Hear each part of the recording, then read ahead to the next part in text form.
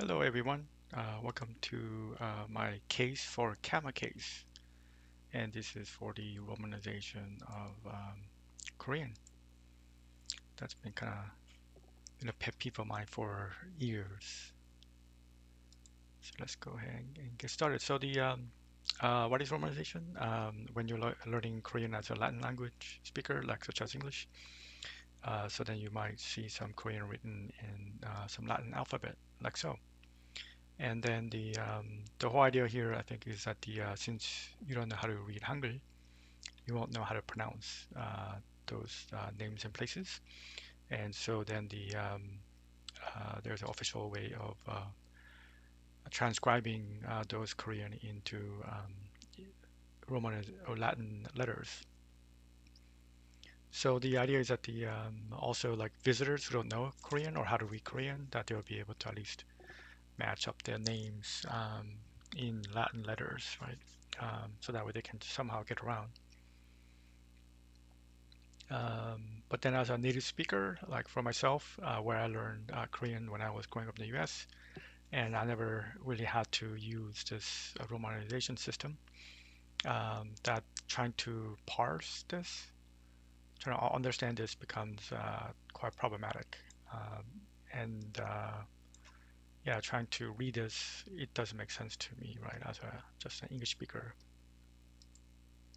which kind of defeats the whole purpose. So first problem is just parsing, right? So the idea is that when you have this long word, right, and especially in a sequence that is unfamiliar as an English speaker, I don't know exactly how to parse that, right? So it could be like gyo ong bak kung, or it could be kyung bak kung as what's intended, or it could be kyung pak kung, right? So then I'm like looking at this and it's sort of difficult to try to figure out like how that's supposed to map to the three syllables here, right, for Korean. And the second problem is also pattern matching. That when you're trying to look at this gyeongbokgung, right, looking at a map, and then you're looking at a sign or something that you might wrote down, and I'm trying to do this matching to see if, okay, the thing that I wrote down or thing that I'm seeing on a sign, does this match exactly here with these letters, right? And then I could be trying to match this with like other signs as well. And so trying to do this 13 character pattern match, especially with sequence of letters that are unfamiliar, because if you have like couple words that are in sequence without any space, you could maybe do a little bit better job of the that pattern matching. But with an unfamiliar language and unfamiliar like sequence, it becomes kind of quite difficult. So one of the ways in which you can actually solve this problem is by trying to put space in between. So there's like a little bit of space here and space here. So in a way that makes it easier to know that okay, this maps to that kyung, bok, gung, and so then you'll be able to easily parse. It's still a little bit difficult just because of depending upon how much space there is. This can look like it's just one long word as well. And the space has like other problems, especially with names, right? So this is Lee Jae-myung, which is the name of the president of South Korea right now. And then once you put in space here, you have a space here. That the parsing of this, right? So normally you want to have the surname to be Lee, and then the first name is actually Jae-myung.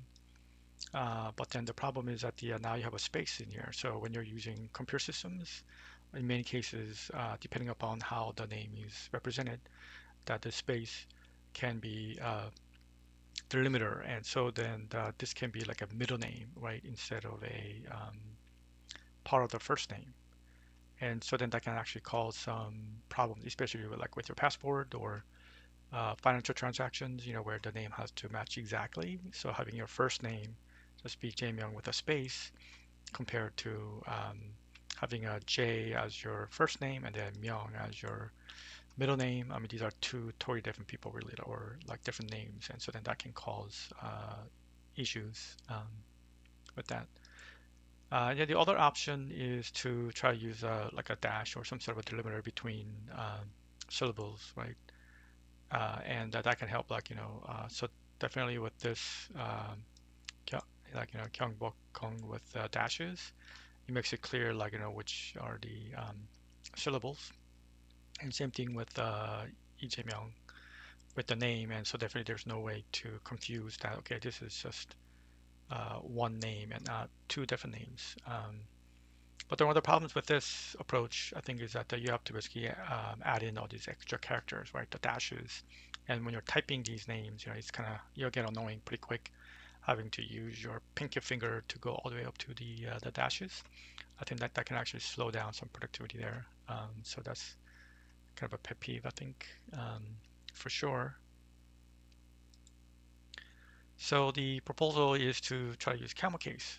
So CamelCase is a common format for, like, some programming languages, especially languages like Java and C, and those are used to distinguish between the boundaries of certain um, names. And so if you apply this to the current problem, right, is that we would just capitalize the first letter of each syllable like so. And so then it makes it easier that, like, how you should be pronouncing this, right? Is that you're trying to create this as a syllable, this as a syllable, and that as a syllable.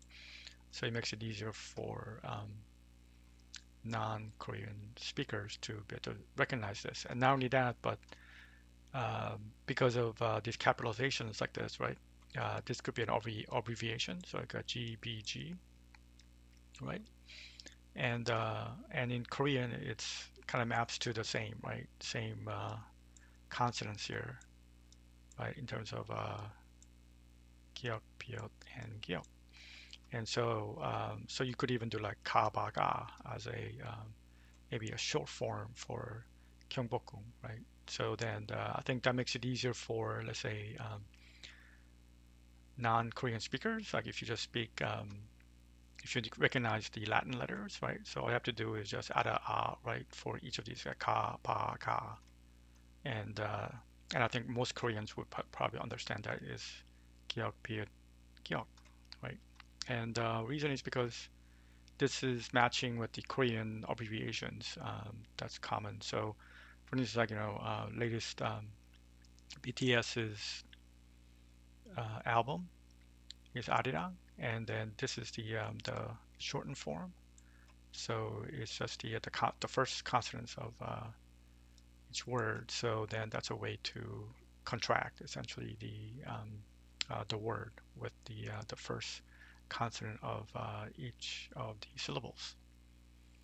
And this is also common, um, where you might have like AA as short for like ice americano, americano. And so then that's actually a way in which Koreans tends to also shorten like these long, let's say, words into something that's compact, by using the first syllable of each of the words, so that we can communicate faster. And so then that's a common thing that can happen. So it's a very consistent, I think, with how it works. So one thing that you have to watch out for is this camel case collision. So you have the Gyeongbokgung with GBG, and but then there's could be like an area name called Gangbukgu, which also would have the same GBG as the first letter of each of the syllables. But then when that happens, you could also try to, like, shorten that by using the first, I guess, like, different letter, right? So then you could actually go and use or iung, right, instead of the uh, 기역 here. And so that could be a way to try to, like, differentiate these short forms. We can still use the camel case for the actual word, so that way it'll be easier to tell. Um, so that could be a one way of trying to do this camel case collision and try to remove it.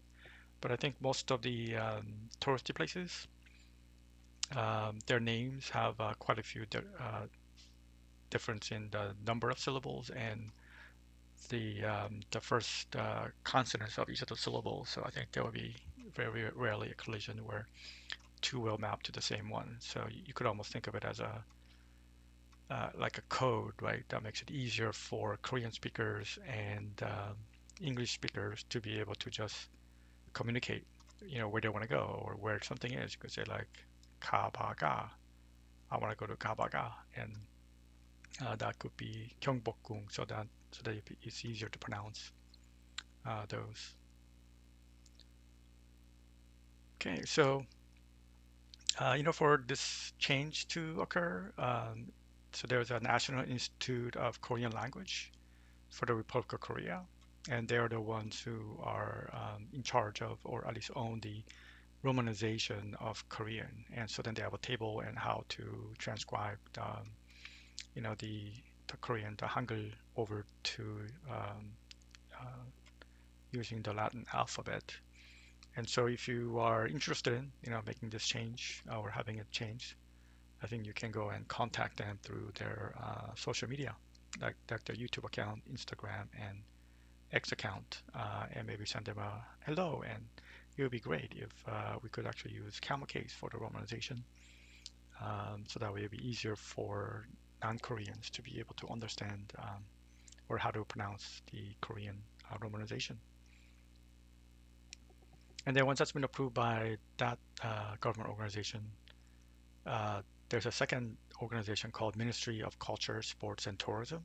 They're the ones who are in charge of actually enforcing these rules, right, in all the signs and in different communication, literature, and whatnot. So they would have to be also on board with these changes. So that way it'll be much easier to move around, like, within Korea. Okay, so if you are interested in this, like content like this, you can click like and subscribe, share video with your friends or with particular organizations, and you can buy me coffee if you like. And thank you for watching. I'll see you in the next one.